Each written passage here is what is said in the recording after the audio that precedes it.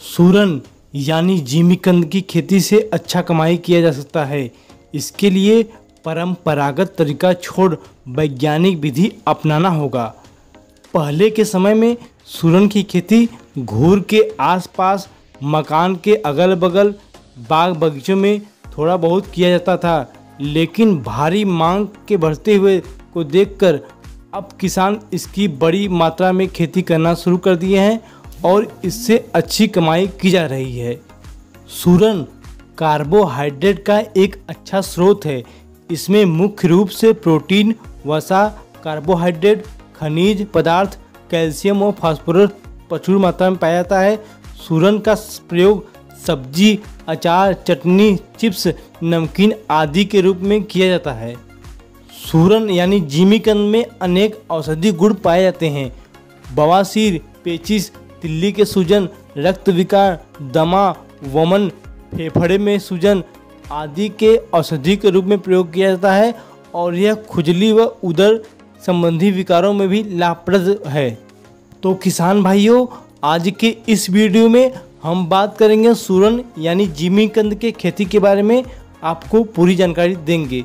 सूरन खेती के लिए आवश्यक जलवायु क्या होनी चाहिए, सूरन की खेती के लिए कौन सी मिट्टी उपयुक्त होती है, सूरन की बुआई कब होती है, सूरन की सिंचाई कब कब की जाती है तथा सूरन की खेती के लिए कितनी मात्रा में खाद व उर्वरक की जरूरत पड़ती है, सूरन खेती के लिए सूरन की अच्छी प्रजाति किस्में कौन कौन सी है आदि बातों पर आज इस वीडियो में हम चर्चा करेंगे और साथ ही में जानेंगे कि आप 1 हेक्टेयर में कितना रुपया लगा कर कितना रुपया कमा सकते हैं सूरन की खेती से। तो इस वीडियो में हम सारी बातें करेंगे। तो जो भी किसान भाई हमारे चैनल पे नए हैं वह कृपया हमारे चैनल को सब्सक्राइब करें, हमारे वीडियो को लाइक करें और अपने दोस्तों तक शेयर करें। और जो भी हमारे चैनल पे पुराने किसान भाई हैं वह कृपया वीडियो को लाइक ज़रूर करें। तो चलिए शुरू करते हैं यह वीडियो। तो किसान भाइयों, सबसे पहले हम बात करते हैं कि सूरन का 1 हेक्टेयर खेती करने के लिए सबसे पहले कितना खर्चा आएगा। तो सूरन की लगभग 1 हेक्टेयर खेती करने के लिए आपका 3,36,000 रुपये आपका लगभग खर्चा आएगा और अगर इसमें हम आय की बात करें तो लगभग 12 लाख रुपए आप कमा सकते हैं। सूरन यानी जिमीकंद के उपयुक्त जलवायु की बात करें तो यह एक उष्णकटिबंधीय पौधा है। तो इसकी खेती ठंडे प्रदेशों को छोड़ करके बाकी संपूर्ण देश में बड़े आसानी से की जा सकती है। अब हम बात करते हैं कि सूरन की खेती के लिए रोपण का उपयुक्त समय क्या होता है। तो सूरन आमतौर पर 6 से 8 माह में तैयार होने वाली फसल है। सिंचाई की सुविधा रहने पर 15 मार्च से लेकर के 15 मई के बीच आराम से आप इसकी रोपाई कर सकते हैं और जहां पर पानी की सुविधा नहीं है वहां पर जून के अंतिम सप्ताह में, यानी कि जब मानसून शुरू हो रहा है तब आप इसकी रोपाई करें। किसान भाइयों, अब हम बात करते हैं मिट्टी का चुनाव एवं खेत की तैयारी के बारे में। तो सूरन की खेती के लिए उत्तम जल निकासी वाली हल्की और भुरभुरी मिट्टी सर्वोत्तम है। इस फसल के लिए बलुई दोमट मिट्टी जिसमें जीवाश्म पदार्थ का प्रचुर मात्रा हो उपयुक्त पाई गई है। खेत की पहली जुताई मिट्टी पलटने वाले हल से और 2 से 3 बार देसी हल से अच्छी तरह जोतकर मिट्टी को मुलायम व भुरभुरी कर लें और उसके बाद में प्रत्येक जुताई के बाद खेत में पाटा अवश्य चला लें, खेत को समतल कर लें। किसान भाइयों, अब हम बात करते हैं सूरन की प्रमुख प्रजातियों के बारे में। तो गजेंद्रा, सतरंगाची, श्री पद्मा, आज़ाद, श्री आतिरा, NDA9 आदि प्रमुख प्रजातियां हैं। किसान भाइयों, अब हम बात करते हैं कि सूरन का बीज का दर कितना लगेगा। तो सूरन की बीज के दर की बात करें तो 1 एकड़ में बुआई के लिए कंदों के आकार के अनुसार 20 से 25 कुंटल कंद पर्याप्त मात्रा होता है। यानी कि सूरन की खेती के लिए 1 एकड़ में लगभग 20 से 25 कुंटल सूरन के बीज की ज़रूरत पड़ती है। किसान भाइयों, अब हम बात करते हैं सूरन की बुआई की विधि। तो सूरन की बुआई की विधि के लिए 250 से 600 ग्राम के कंदों का उपयोग किया जाना उत्तम माना जाता है। यानी कि सूरन के बीज के टुकड़े का वजन 250 से 600 ग्राम तक होना चाहिए, जिसके लिए अधिक उपज प्राप्त होता है।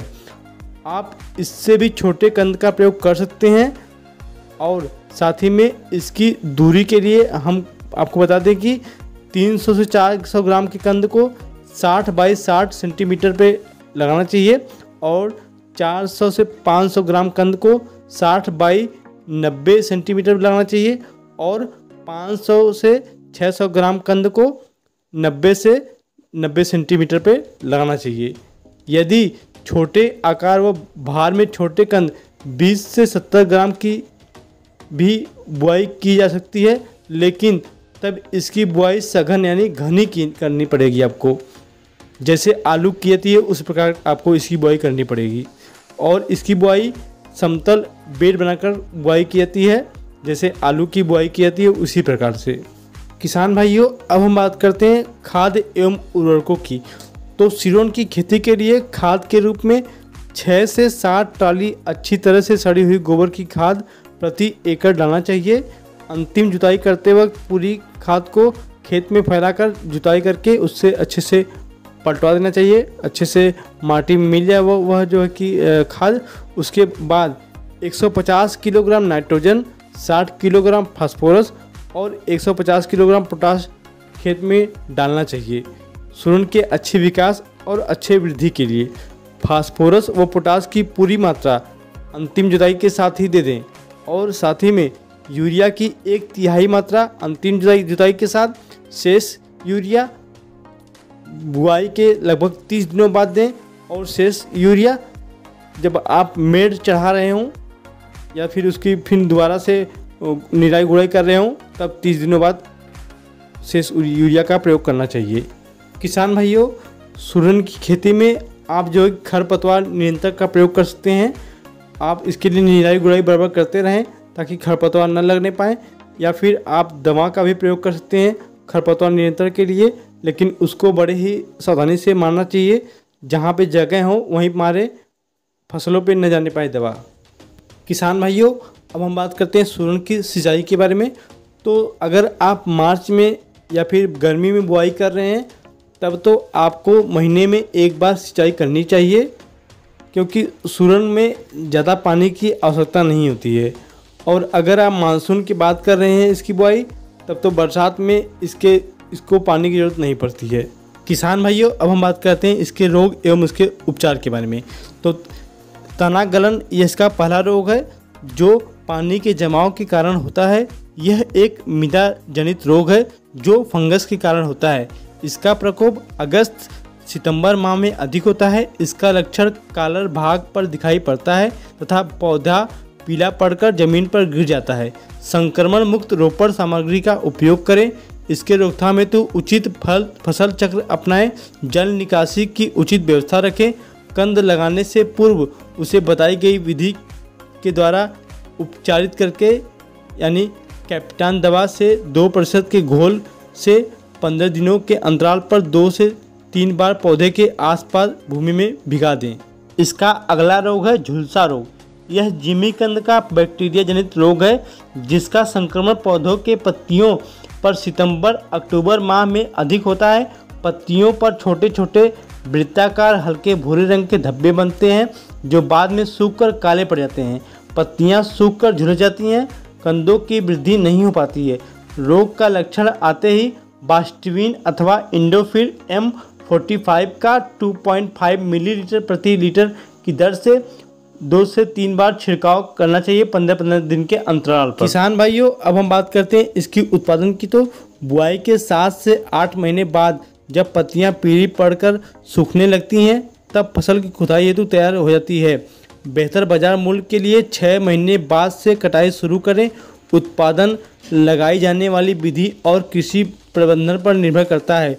उत्पादन 50 से 60 टन प्रति हेक्टेयर प्राप्त किया जा सकता है तथा किसान की आर्थिक स्थिति सुधार करने के लिए अच्छा विकल्प है। किसान भाइयों, अब हम बात करते हैं सूरन के भंडारण की विधि। तो यह एकमात्र ऐसी सब्जी है जिसको कमरे के तापमान पर 6 महीने के लंबे समय तक भंडारित किया जा सकता है। भंडारित कंद में 6 महीने में सिर्फ नमी की कमी आती है तथा 3 माह बाद से कुछ में अंकुरण होना लगता है, जिसे रोपड़ में काम में लिया जा सकता है।